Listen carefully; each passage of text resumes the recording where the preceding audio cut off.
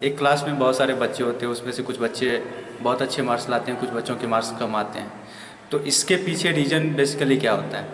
Reason होता है कि बच्चों का जो ग्रास्पिंग पावर होता है वो सारे लोगों का अलग अलग होता है, किसी का कम होता है, किसी का ज़्यादा होता है। दूसरा फैक्टर है मेमोरी पावर। कुछ बच्चों का मेमोरी पावर बहुत अच्छा होता है, किसी का कम होता है। तो जिसका ग्रास्पिंग पावर ज़्यादा है वो अधिक से अधिक एब्जॉर्ब कर पाते हैं, और जिसका मेमोरी पावर ज़्यादा है वो ज़्यादा देर तक चीज़ों को याद रख पाते हैं। यही वजह होता है कि कुछ बच्चे अच्छे मार्क्स लाते हैं और कुछ बच्चों के मार्क्स कम आते हैं। तो मार्गदर्शक क्या करती है? आपके बच्चों के ग्रास्पिंग पावर को बढ़ाने का, इम्प्रूव करने का काम करती है।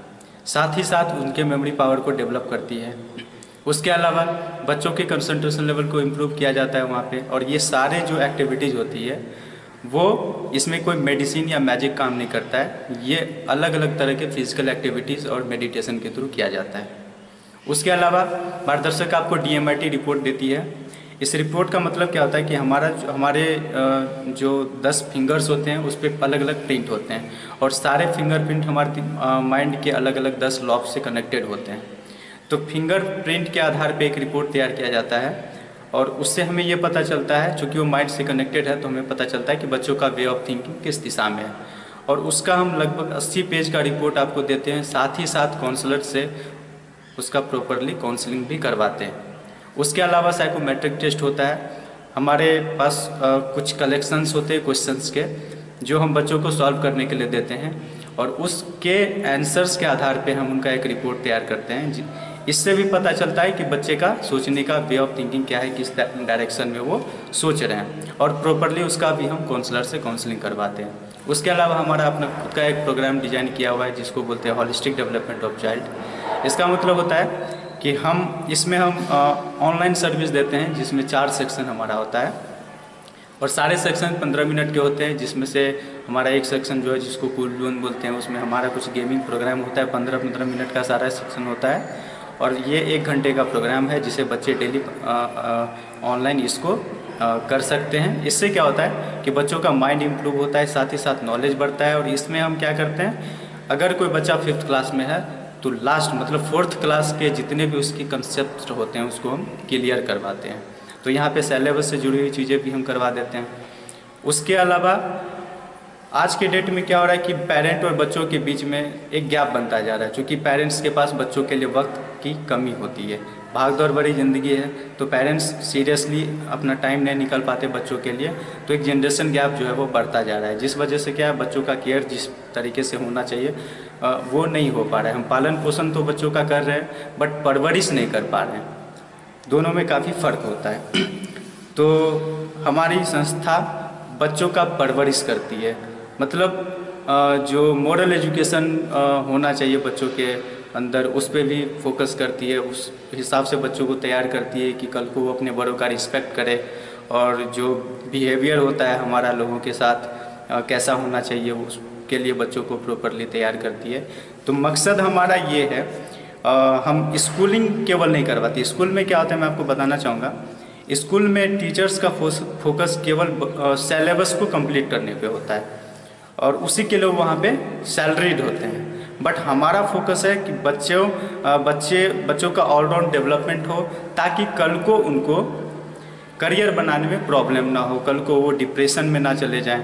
आज के डेट में डिप्रेस्ड होना एक आम बात है। हमारे आसपास कितने सारे लोग डिप्रेशन में रहते हैं, उसके अलग अलग वजह होते हैं। तो हमारी संस्था इस पे काम करती है कि कल को बच्चे डिप्रेशन का शिकार ना हो जाए। ये कैसे होता है मैं आपको बताता हूँ। ये जो DMIT साइकोमेट्रिक टेस्ट हम लेते हैं, उसमें जो रिपोर्ट आता है उसमें हम बताते हैं कि बच्चों का जो 3 बेस्ट करियर फील्ड कौन सा हो सकता है। अगर मान लीजिए पेरेंट को शुरू से ही पता चल जाए कि हमारे बच्चे का इंटरेस्ट इस फील्ड में है, और थोड़ा सा पुशअप वो उस फील्ड में बच्चों को कर दे, तो बच्चों के लिए भी आसान हो जाता है करियर बनाना, और पेरेंट के लिए भी आसान हो जाता है उनके फ्यूचर को एक शेप देना। तो हम ये रिपोर्ट भी आपको शुरू में ही बता देते हैं। फॉर एग्जांपल, एक एग्जांपल के थ्रू हम समझना चाहेंगे कि अगर सचिन तेंदुलकर, जनरली मैं ये एग्जांपल देता हूँ कि सचिन तेंदुलकर को बोला जाता है कि आप मेडिकल या इंजीनियरिंग की तैयारी करो, तो नो डाउट वो एक अच्छे डॉक्टर या इंजीनियर बन सकते थे, बट उनको वो सक्सेस नहीं मिलती जो आज उन्होंने क्रिकेट में हासिल किया है। तो ये फ़र्क होता है। तो हम जब शुरू में ही पेरेंट को ये बता देते कि आपके बच्चे का फील्ड ऑफ इंटरेस्ट क्या है, तो पेरेंट्स शुरू से अगर थोड़ा सा पुशअप कर दे तो बच्चों के लिए करियर बनाना आसान हो जाता है। तो देखा जाए तो ओवरऑल अगर बच्चा आपका है, अगर हमारी संस्था में आप बच्चों को लेकर आते हैं तो बच्चा आपका होगा, बट उनका फ्यूचर संवारने का काम, वो जिम्मेदारी पूरी तरीके से हमारी होती है। और सिर्फ हम साल भर का कोर्स प्रोवाइड करवाते हैं इसके अंतर्गत, और जिसका ज़्यादा कॉस्टिंग भी नहीं है।